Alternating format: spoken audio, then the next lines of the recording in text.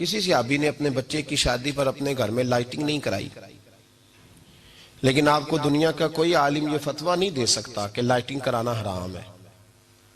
आप शादी के मौके पे सारी गली सजा लो, आप सारी छतों पे लाइटिंग करा लो, कोई आदमी ये आपको फतवा नहीं दे सकता कि शादी के मौके पर लाइटिंग कराना जायज नहीं। कभी सुना है आपने किसी से? बोलिए। ये जायज है, जायज पैसे है तो ठीक। बल्कि मैं इससे आगे बढ़ता हूं, इससे थोड़ा और आगे जाता हूं। हजरत आयशा सिद्दीका रज़ी अल्लाह ताला अन्हा फरमाती है, मेरा जो कमरा था ना जिसमें मैं हुजूर के साथ रहती थी और एक लंबा जिंदगी का अरसा गुजारा, उसमें 3 आदमी सो सकते थे, चौथे के लिए जगह ही नहीं थी और कच्चा था। खजूर के तने खड़े करके उस पर खजूर के पत्तों की छत डाली गई थी। मैं जब हाथ उठाती थी तो मेरा हाथ अपनी छत को छू जाता था।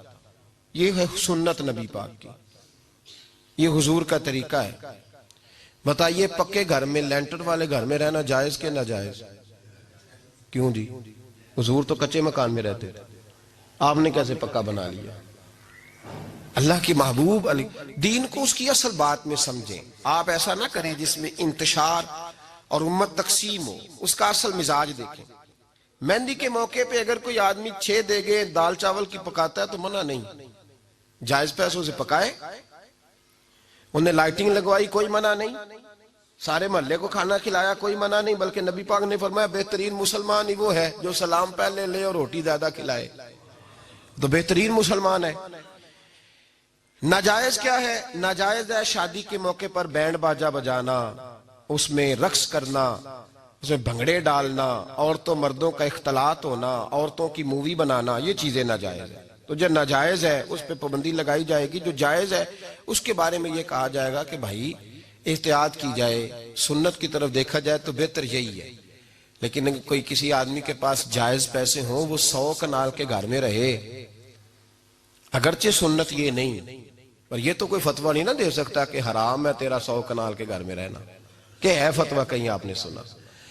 तो हमारे यहाँ तकलीफ का मामला ये है। देखे मेरे भाई, किसी भी सहाबी ने, बड़े दर्द के साथ बात कर रहा हूं और ये मेरा दर्द है, मैं दर्द से अपने दिल को, अपने ईमान को हाजिर नाजिर कह के बात कर रहा हूं।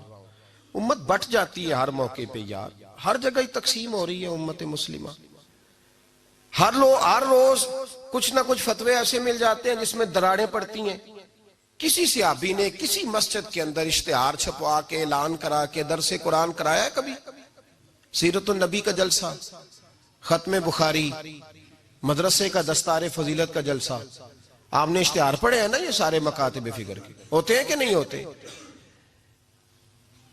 किसी सहाबी ने इस तरह, वो तो रोज दरसे कुरान देते थे, लेकिन इस तरह इश्तिहार छपवा के, पोस्टर लगा के, और मिस्र से किसी सहाबी को स्पेशल बुलवा के या यमन से बुलवा के मस्जिद के अंदर कभी दरसे कुरान के इज्तिमात कराए, सीरतुन नबी के जलसे, खत्म बुखारी के? ओ भाई, ये सारी चीजें हुजूर के सहाबा की सुन्नत से मुरवजा अंदाज में साबित नहीं।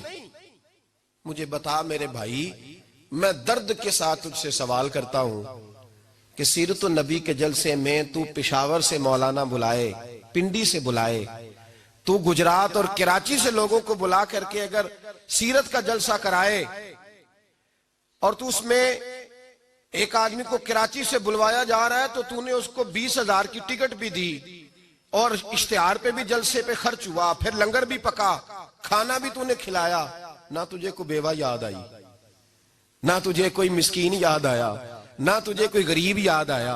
हालांकि कहना चाहिए था ना, ये जो लाख रुपया लग रहा है किसी बेवा की खिदमत कर देनी चाहिए, यतीम को दे देना चाहिए। दर्द के साथ बात कर। सवाल मेरा ये है कि वही काम जो सीरत के जलसे में होते हैं, पहले तिलावत होती है, फिर नात होती है, फिर किसी आलिम का बयान होता है, वही काम सिर्फ नाम बदल के किया जाए, ईद मिलादुन नबी नाम रखा जाए सल्लल्लाहु अलैहि वसल्लम। ये मैं आपके ज़हनों पे दस्तक दे रहा हूं, तकरीर नहीं कर रहा, सिर्फ दस्तक दे रहा। ओ भाई देखो, एक आदमी वही काम नाम बदल के करे तो जायज है, और अगर उसमें नबी पाक के मिलाद का नाम रख लिया जाए या नात का नाम रख लिया जाए तो फिर मुझे इजाजत दे, मैं तुझसे सवाल करूं कि सिर्फ तुझे हुजूर की तारीफ पूरी लगती है?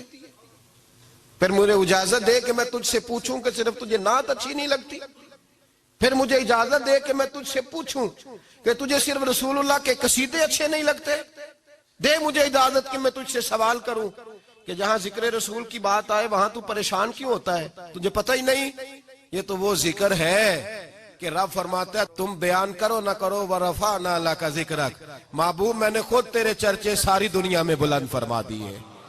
और नबी पाक ने पूछा हजरत जिब्रील से कि चल जिब्रील तू बता मेरी उम्मत को पता चले रब ने मेरा जिक्र कैसे बुलंद किया है। तो जनाब जिब्रील कहने लगे महबूबा रब फरमाता है मेरे नबी से कह दे जहां जहां तेरे रब का जिक्र होगा वहां वहां तेरा भी जिक्र होता रहेगा। ये तो मोहताज ही नहीं किसी का।